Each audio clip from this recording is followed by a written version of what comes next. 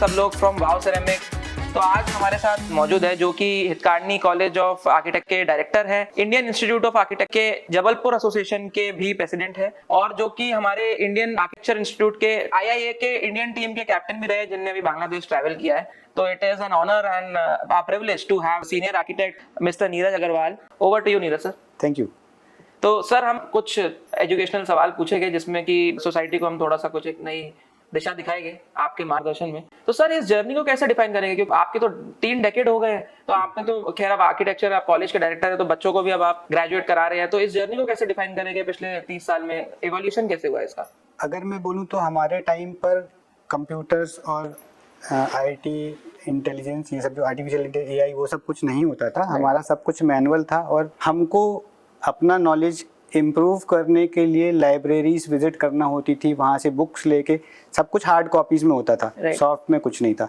तो वो एक फेज था जब हमको एक लाइब्रेरी से दूसरे लाइब्रेरी, इधर से उधर मूव करना पड़ता था, लाइब्रेरी में जाके बुक्स सेलेक्ट करनी पड़ती थी, बुक्स लेके बैठो करो, वो वाला एक एरा था। और अभी आजकल सब कुछ बच्चों के पास फोन पे अवेलेबल है।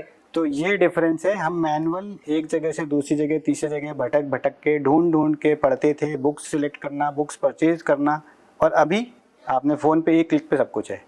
ये है टोटल 30 इयर्स की जर्नी।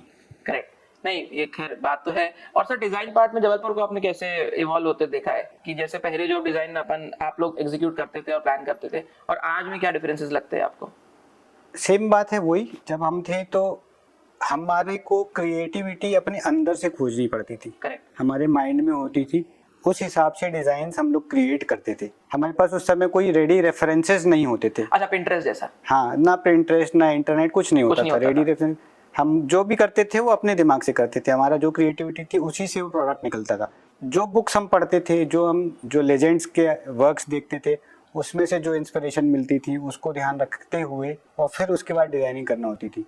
जैसा हर जगह होता है, हर प्रोफेशनल का होता है कि जवानी तो स्ट्रगल में ही जाती है। हाँ। तो शुरू में छोटे छोटे से रेसिडेंसेस से, छोटे छोटे इंटीरियर्स से स्टार्ट किया, फिर धीरे धीरे नाम बढ़ा, धीरे धीरे काम बढ़ा। उसकी जर्नी करते करते आज इस लेवल तक पहुंचे कि अब अपने को अच्छे बड़े स्केल के प्रोजेक्ट्स भी मिल रहे हैं। सर अगर आप बड़े स्केल के प्रोजेक्ट्स की बात कर रहे हैं, तो ऐसे कौन से आपके प्रेस्टिजियस और प्रिविलेज प्रोजेक्ट है जो कि आप रेसिडेंशियल हो या कमर्शियल हो या किसी भी टाइप के हो, तो जिनको आप बताना चाहेंगे हमारे नए स्टूडेंट्स के लिए? एक मेरा प्रोजेक्ट है परोहा द विजन, जबलपुर का पहला 17th floor, 17 total above ground and 4 floors below ground basement में, ऐसा करके टोटल 21 फ्लोर्स का प्रोजेक्ट है। जब हमने उसको अप्रूव कराया था तो उस समय एमपी का वो 2nd हाईएस्ट प्रोजेक्ट था। उसके पहले सिर्फ एक भोपाल में उससे ऊंची बिल्डिंग अप्रूव हुई थी, उसके अलावा कोई बिल्डिंग उससे ऊंची अप्रूव नहीं हुई थी। तो वो आज भी महाकौशल का वो इकलौता ही है, उससे ऊंचा कोई बिल्डिंग नहीं है। हाईएस्ट बिल्डिंग थी, उसमें हमारे करीब 9 lakh square feet built up area है उस बिल्डिंग में। तो बेसिकली जो हमारे बिल्डर है मिस्टर मोहन परोहा, वो पहले कहीं दिल्ली वैली से कहीं से प्रोजेक्ट करवा रहे थे। फिर वो हमारे पास आए तो मैंने उनका प्रोजेक्ट देख के बोला, मैंने कहा साहब ये प्रोजेक्ट आपका जबलपुर में आपको सेल करने में प्रॉब्लम होगी। तो बोले आप ऐसा कैसे बोल सकते हो? मैंने कहा मैं जबलपुर का क्लाइंटेल और जबलपुर के लोगों का नेचर समझता हूँ, उस हिसाब से आप जो बना रहे हो प्रोजेक्ट, ये आपका सेल नहीं होगा। तो उन्होंने कहा आप क्या सजेस्ट करते हो? मैंने कहा मैं कुछ नहीं सजेस्ट करता हूँ, आप जो बताओगे वो करेंगे। तो बोले एक प्लान आप बना दो। फिर मैंने वो प्लानिंग स्टार्ट करी, प्लानिंग उनसे डिस्कस करी, प्लानिंग उनको बहुत अच्छी लगी, पसंद आई। उन्होंने मेरे ऑफिस में बैठ के दिल्ली वाले आर्किटेक्ट को कॉल किया कि बोले कि साहब हमको जबलपुर में एक ऐसा आर्किटेक्ट मिल गया है जो हमारा प्लान बहुत अच्छे से बना रहा है। हाँ। अब हम इससे काम कराएंगे, अब हमारा काम ये करेंगे। तो वो एक बहुत प्रेस्टिजियस प्रोजेक्ट था जो वो किसी बाहर के आर्किटेक्ट से करा रहे थे, लेकिन उनको हमने ऐसा सोल्यूशन दिया कि उनको हमसे कराने में अच्छा लगा, सहूलियत भी हो गई। और लोकल आर्किटेक्ट, उनको सर्विसेज भी ज्यादा अच्छी है, क्योंकि ट्रस्ट फैक्टर आता है। आदमी को लगता है कि बाहर के आर्किटेक्ट सब कर लेंगे, जब आपके पास इतना एक्सपीरियंस है तो आपने वो सारी चीजें यही एग्जीक्यूट करा के दे दी। बिल्कुल। और सर इसके अलावा कोई प्रोजेक्ट्स?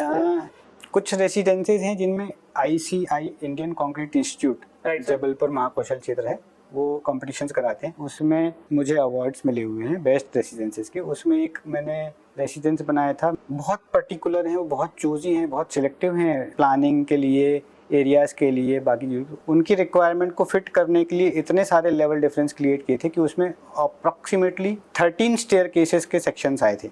ओके। मतलब बहुत ज़्यादा लेवल डिफरेंस है। एंट्री से पोर्च से लेके वरांडा, वरांडे से घर ऊपर है, फिर उसके बाद एक ड्राइंग रूम थोड़ा बिलो है, फिर मेज़नाइन क्रिएट करके उसके ऊपर में ऑफिस बनाया, फिर उसके ऊपर एक और मेज़नाइन क्रिएट करके एक बेडरूम बनाया, ऐसा करके सर्वेंट्स के लिए अलग स्टेयरकेस, अंदर से एक लिविंग रूम में डबल हाइटेड स्टेयरकेस, ऐसा करके। So basically we can say कि it is the staircase house. Yes, it is the staircase house. और वही उसका यूएसपी है कि इतने सारे लेवल्स, इतने सारे स्पेसेस को कैसे प्रॉपरली मैनेज करना है कि उसमें हमारा सर्कुलेशन भी अच्छे से रहे और पूरी हर स्पेस को उसका इंपॉर्टेंस, उसकी प्रिवेसी मिल जाए। तो सर जैसे अब सस्टेनेबल आर्किटेक्चर बहुत आगे आ रहा है इस समय पे, तो इसके बारे में सर, जैसे मैं भी एक यंग हूँ, मुझे मालूम नहीं है, आर्किटेक्चर फील्ड बहुत वाइड है, सस्टेनेबल आर्किटेक्चर के बारे में सर कुछ आप बताइए। अगर अपन टेक्निकल पार्ट हटाएं तो आप, अगर पुराने ज़माने में घर होते थे, मोटी मोटी दीवार के बनते थे, 2-2 फुट की दीवारें होती थी, हाइट ज़्यादा होती थी बिल्डिंग की, उस टाइम पे ना एसी होता था ना कूलर होता, लेकिन वो विंटर्स में गर्म और समर्स में ठंडे रहते थे। यही सस्टेनेबल आर्किटेक्चर। आपको बाहर कैसा भी वेदर हो, आपके घर के अंदर कंफर्टेबल होना चाहिए। उसके लिए क्या टेक्निक्स लगती है, क्या मटेरियल यूज़ होता है, वो सब बहुत सारे स्पेसिफिकेशन उसके बन गए। वो चीज़ ध्यान रख के बनाओ आप कि आदमी के घर में आर्टिफिशियल मटेरियल्स जैसे लाइट हो गया, एसी हो गया, फलाना दिमागा, वो सब बिना यूज़ करे कैसे कंफर्ट उसको महसूस होगा।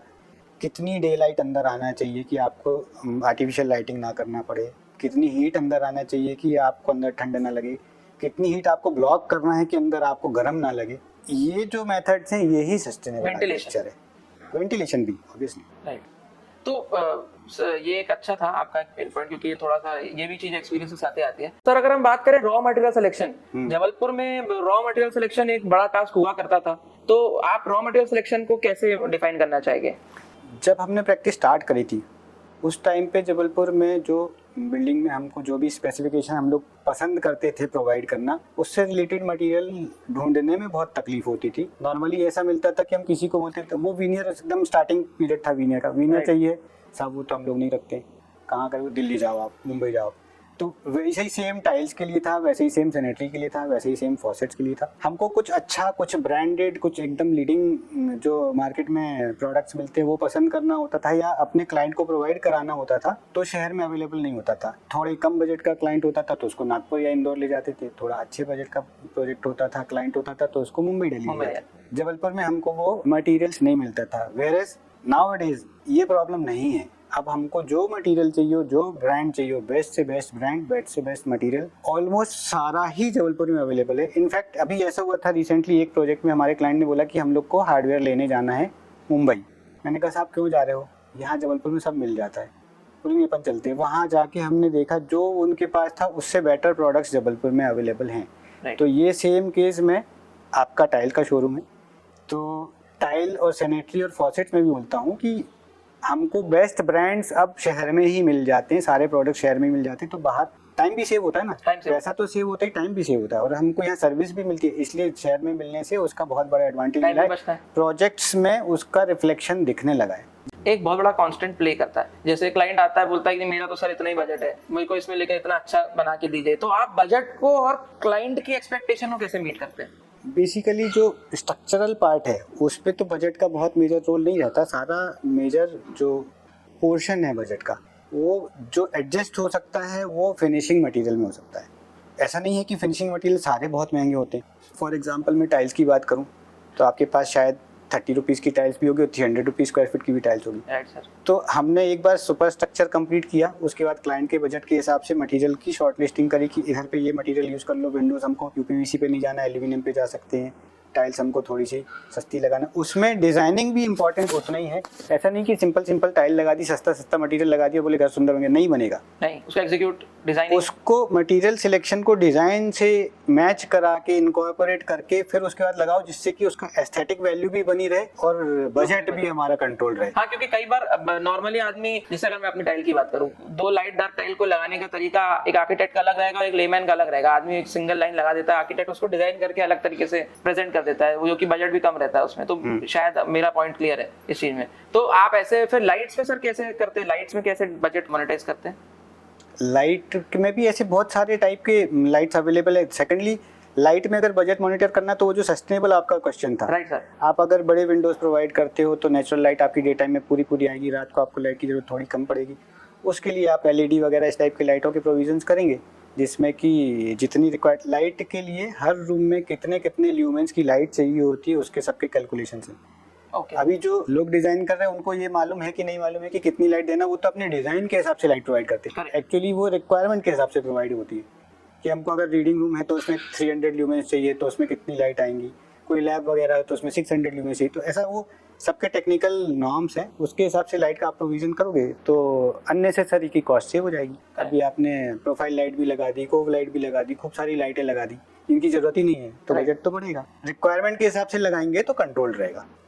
अब जैसे सर अगर मैं आपसे एक व्यक्तिगत सवाल पूछूं, आपसे शायद मेरे फादर के 25 साल पुराने संबंध है, फिर उसके बाद हमारी नई जनरेशन आई, हम लोग, मैं और मेरा ब्रदर, हम लोग इनकॉर्पोरेट के बिजनेस, तो how do you see Wow ceramics as a brand, as your choice of material, how do you prefer us? Initially when your father has that marble shop, उस टाइम पे हम लोग आते थे। मैं बेसिकली मकराना का ही मार्बल लगाना पसंद करता था, वो आपके स्टोर पे बहुत अच्छा मिलता था, अड़ंगा डोंगरी मातावारी। उस टाइम हम आपके फादर के पास आते थे और वो हमको जो चाहिए होता था वो इस शॉप पे मिलता था। तो उस टाइम आपका ओम साई मार्बल्स राइट सर के नाम से स्टोर होता था। Right sir. तो वो मैं ये बोलूँगा कि आज तो वाव सेरामिक्स बहुत अच्छे लेवल पे है। उस टाइम पे भी जो फादर करते थे, वो जो मुझे पर्टिकुलरली चाहिए होता था वो प्रोडक्ट आपके स्टोर पे मिलता था, कम ही स्टोर पे मिलता था, लेकिन आपके यहाँ मिलता था। राइट। उससे जो आपने स्विच करके वाव सेरामिक्स पे लाए हैं, फॉर एग्जांपल मैं बोलूँ कि मेरे को टाइल लेने में दिल्ली भी गया हूँ, नागपुर भी गया हूँ। Right sir. अब वाव सेरामिक्स ओपन होने के बाद मैं कभी नहीं सोचता हूँ कि मुझे मुंबई जाना है या दिल्ली जाना है या नागपुर जाना है। जो टाइल्स, सैनिटरी फॉसेट्स या इस टाइप के प्रोडक्ट, जो बाथरूम सॉल्यूशंस हैं या जो फ्लोरिंग सॉल्यूशंस हैं, राइट सर, वो मुझे जो पर्टिकुलर स्पेसिफिकेशन, जो पर्टिकुलर फिनिश, जो पर्टिकुलर ब्रांड, बड़े ब्रांड्स भी आपके पास सारे ही हैं ऑलमोस्ट, चाहिए होते वो यही मिल जाते। इसलिए आपने एक बहुत अच्छा सेटअप सेट कर दिया है जबलपुर में, जो मेरे को लगता है ऑलमोस्ट जितने प्रैक्टिसिंग आर्किटेक्ट्स या इंटीरियर डिजाइनर हैं उनको अच्छा ही लगता होगा और उनको इधर जाने के बाद बाहर जाके कुछ लेने की जरूरत नहीं पड़ेगी। नहीं पड़ती sir. It is our pleasure to serve you like that. Sir अगर एक कोई छोटा शॉर्ट मैसेज में बोलूं यंग ब्रिगेड्स और जो यंग आर्किटेक्ट्स, इंटीरियर डिजाइनर्स, जितने भी आपके जैसे आपके स्टूडेंट्स हैं जो पास आउट हो रहे हैं, उनको अगर आपको एक लाइन बोलना चाहे, कुछ आप नॉलेज देना चाहे? फर्स्ट ऑफ ऑल मैं ये बोलूँगा कि जो अभी नई जनरेशन है वो बहुत ज़्यादा इंटरनेट को कॉपी कर रही है, उसको छोड़ के सेल्फ क्रिएटिविटी पे फोकस करना पड़ेगा। जो हम डिज़ाइन कर रहे हैं, जैसे मेरी जो सिंगल लाइन रहती है कि मेरी डिज़ाइन जो है वो मेंटेनेंस फ्री होनी चाहिए। हम मेंटेनेंस के पार्ट को हर हाल में ध्यान रखें कि इसको हम जो डिज़ाइन कर रहे हैं इसमें मेंटेनेंस एकदम मिनिमम हो, बिल्कुल कम से कम आए। एक बात मैं बच्चों से और बोलूँगा कि जो डिज़ाइनिंग करते हैं, बहुत ज़्यादा गॉडी, बहुत ज़्यादा जैसी डिज़ाइन करोगे आप तो बहुत जल्दी उससे बोर हो जाओगे। डिज़ाइन ऐसी करो, इतनी सोबर करो, जैसे हम एक एग्जांपल बोलते हैं ब्लैक शर्ट या वाइट शर्ट, 50 साल पहले भी लोग बाग वो पहनते थे और आज भी पहनते। तो अगर डिज़ाइनिंग भी इस टाइप की हो कि आप उस डिज़ाइन को 10 साल 20 साल डाउन द लाइन देखें या बाद में देखें तो आपको लगे नहीं यार डिज़ाइन तो अभी अच्छा लग रहा है, वो कॉन्सेप्ट से डिज़ाइन करेंगे तो हमेशा आपके लिए वो बेनिफिशियल रहेगा। तो सर 54 ईयर एज आप मेंटेन कर रहे हैं, आप अपनी फील्ड वर्क भी कर रहे हैं and yet you are very fit. तो फिटनेस का क्या कारण है sir? Because I have often seen you playing table tennis और आप इंडिया की टीम को लीड भी कर रहे हैं आईआईए की, तो इसका फिटनेस का क्या राज है सर? नहीं, फिटनेस का राज तो मेरी एक्सरसाइजेज हैं, बट मैं इसमें एक लाइन ऐड करना चाहूँगा। वही जैसे आपने बोला कि बच्चों को आप क्या सजेस्ट करते हैं, तो अगर आपको ज़्यादा लंबे ड्यूरेशन तक काम करना है, बहुत ज़्यादा काम करना है, तो अगर आप फिट नहीं होगे तो बहुत दिनों तक काम नहीं कर पाओगे। क्योंकि हमारा ब्रेन जो है ना, आपकी बॉडी थक जाएगी तो ब्रेन काम नहीं करेगा। और क्रिएटिव फील्ड है, ब्रेन को काम करने के लिए फिटनेस बहुत इंपॉर्टेंट है। फिट रहोगे, आधा नहीं तो ब्रेन जो है वो ये पेन हो रहा है, वो पेन हो रहा है, यहाँ पर दिक्कत हो रही, उन सबसे फ्री रहेगा तो क्रिएटिविटी उसकी बनी रहेगी, नहीं तो क्रिएटिविटी कम हो जाएगी। तो जितना लंबा पीरियड आपको ट्रैवल करना है उसके हिसाब से आपको उतनी फिटनेस मेंटेन करके चलना पड़ेगी, तभी आप ज़्यादा दिन काम कर पाओगे, नहीं तो आपका डिक्लाइन स्टार्ट हो जाएगा। करेक्ट। नहीं, इट इज डेफिनेटली ट्रू।